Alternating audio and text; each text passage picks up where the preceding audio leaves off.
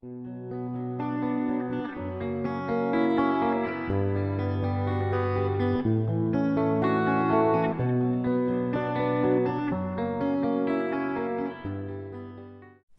so Kyle has come out against the lunacy regarding third parties. As he points out, the less informed left wants to say that the squad has failed, all because certain policies haven't passed, but wants to opt for a strategy that has done even less. It's as if these people live in some alternate reality where they judge a strategy they disagree with by its real-world outcomes and, if anything, downplay said outcomes and twist them to fit a specific narrative, and then judge their own preferred strategy through some fantasy world that doesn't exist, instead of looking at the reality. As Progressive Voice repeatedly points out, third parties don't have the same sway in the United States because our political system is stacked against third parties. If you want to work to change the rules to make third parties more viable, I salute you and good luck. But under the current paradigm, our third parties are a shadow of their international counterparts. On top of this, there's a reason the GOP has been known to fund Green Party candidates, and it's not because they secretly believe that this will actually help progressive causes. It's because they know it's an effective way to split the left and keep the GOP in power. As for Kyle's continued disappointment in the squad, as I've said, I'll have a more established position on their effectiveness near the end of 2022. But I don't agree with this constant sky is falling reaction. I used to think Kyle was grifting and pandering, but now I think he just takes this all so personally that it seriously affects his moods. But here's why I think Kyle's expectations and reactions don't align with reality. For one, he keeps harking back to the days of FDR and LBJ. What he doesn't seem to realize is that they had constant majorities, and in a time before the two-track system was implemented, thereby making it possible to abuse the filibuster. They weren't working with this razor-thin majority, which is really just a majority on paper, when you consider that one of the independents caucusing with Democrats, Angus King, has very moderate tendencies, similar to Joe Lieberman. And that's to say nothing of Joe Manchin and Kristen Sinema.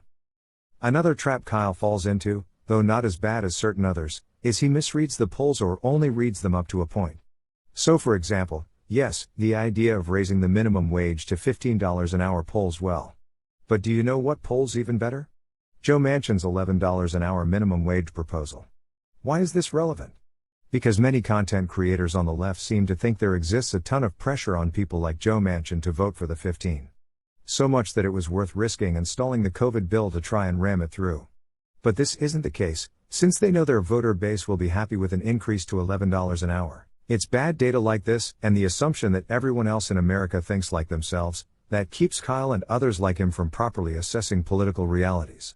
Then, some people on the left take this false data and extrapolate a series of events they assume would ensue, all based on this false narrative. 60 votes to get back in. If Chuck Schumer, this is what David Soretta was explaining to us, if Chuck Schumer had not taken the $15 minimum wage out of the bill, then a Republican could have brought an amendment saying, we want to take it out of the bill. But they would have needed 60 votes to do that. Right. Which Republicans also would not have had. So it would have been in the bill, and now Kristen Sinema and Joe Manchin would have been in a position where they actually have to vote down the entire COVID relief bill on the basis that they object to a $15 minimum wage, which people in their districts and nationwide overwhelmingly like. So do you lay the failure? As for what happens now, who knows?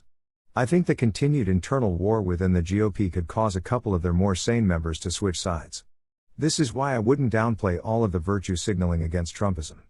It could pressure some GOP politicians to abandon their party and vote with the Democrats. Maybe Joe Manchin can finally be enticed to back a $15 minimum wage at a later date.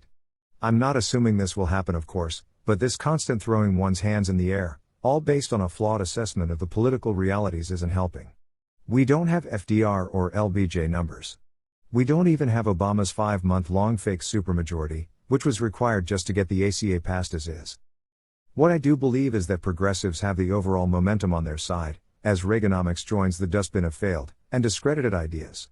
The squad will continue to grow and red districts will become more purple over time, especially as grassroots movements continue to educate people and move them left.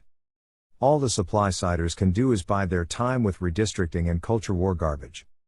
Those are my thoughts. What do you think? And if you haven't heard Kyle and Progressive Voice's take on third parties, here is a snippet. I'm also linking to the video in the description. If Justice Democrats was the solution and they failed, why is a third party not viable? What you're suggesting is just to do justice. I didn't say do Justice Democrats again. See, now I'm pissed off because people are putting fucking words in my mouth. But we've seen that strategy fail over and over. Okay, so point number one. The third party fucking strategy has failed over and over too, and they failed way more profoundly than the Justice Democrats have failed. How many Greens are in Congress? How many Greens are in the Senate? How many Greens are even in fucking local and state places? They're not there. How many People's Party people are in the Senate? How many People's Party people are in Congress? How many? How many? So somehow that's not a failure, but it's a failure when we get 12 there and they don't do as good of a job as they should do. Take off the fucking blinders, son. Take off the blinder. People are holding on to this thing in a religious, cultish type way. This idea of a third party. I'll believe it's going to happen when RC Cola overtakes Coca-Cola and Pepsi. It's not going to fucking happen. It's not going to happen. And again, if you want to try it, go right ahead. I wish you well. I do. I just don't think it's going to work.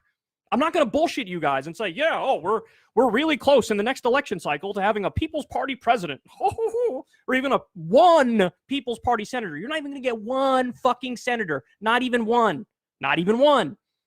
So the difference, the fucking difference between me and people like this is that I'm willing to admit Justice Democrats failed. I'm willing to admit that. They're not willing to admit that their third party attempt failed when it's been tried 1,000 fucking times and it's lost 1,000 fucking times. So it is going to be a failure. Third parties have been a complete failure. It's a complete waste of time. And so if you're out here shitting on Justice Democrats, I want you to ask yourself, what is your alternative to the Justice Democrats? If you say the People's Party, it's a complete waste of time. You won't get shit done because we've seen how third parties have fared horribly in the United States.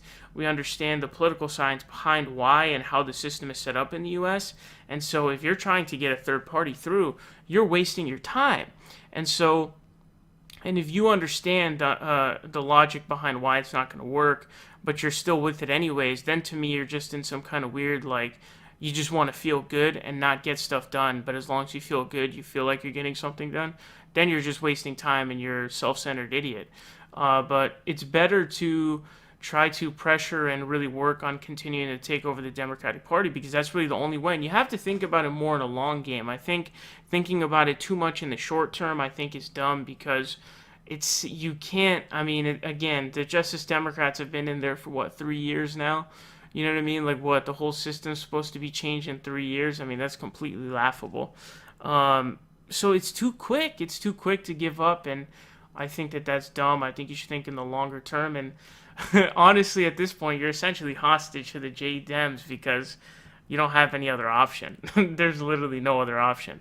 So Kyle, I think, is completely right here, but the only thing I would disagree with him on is the idea that necessarily they were a complete failure. But I do agree that we should go through those means of empowering these other organizations, unions, and stuff like that. I think that's very important because those are definitely very important groups in politics. But yeah, that's how I feel about that.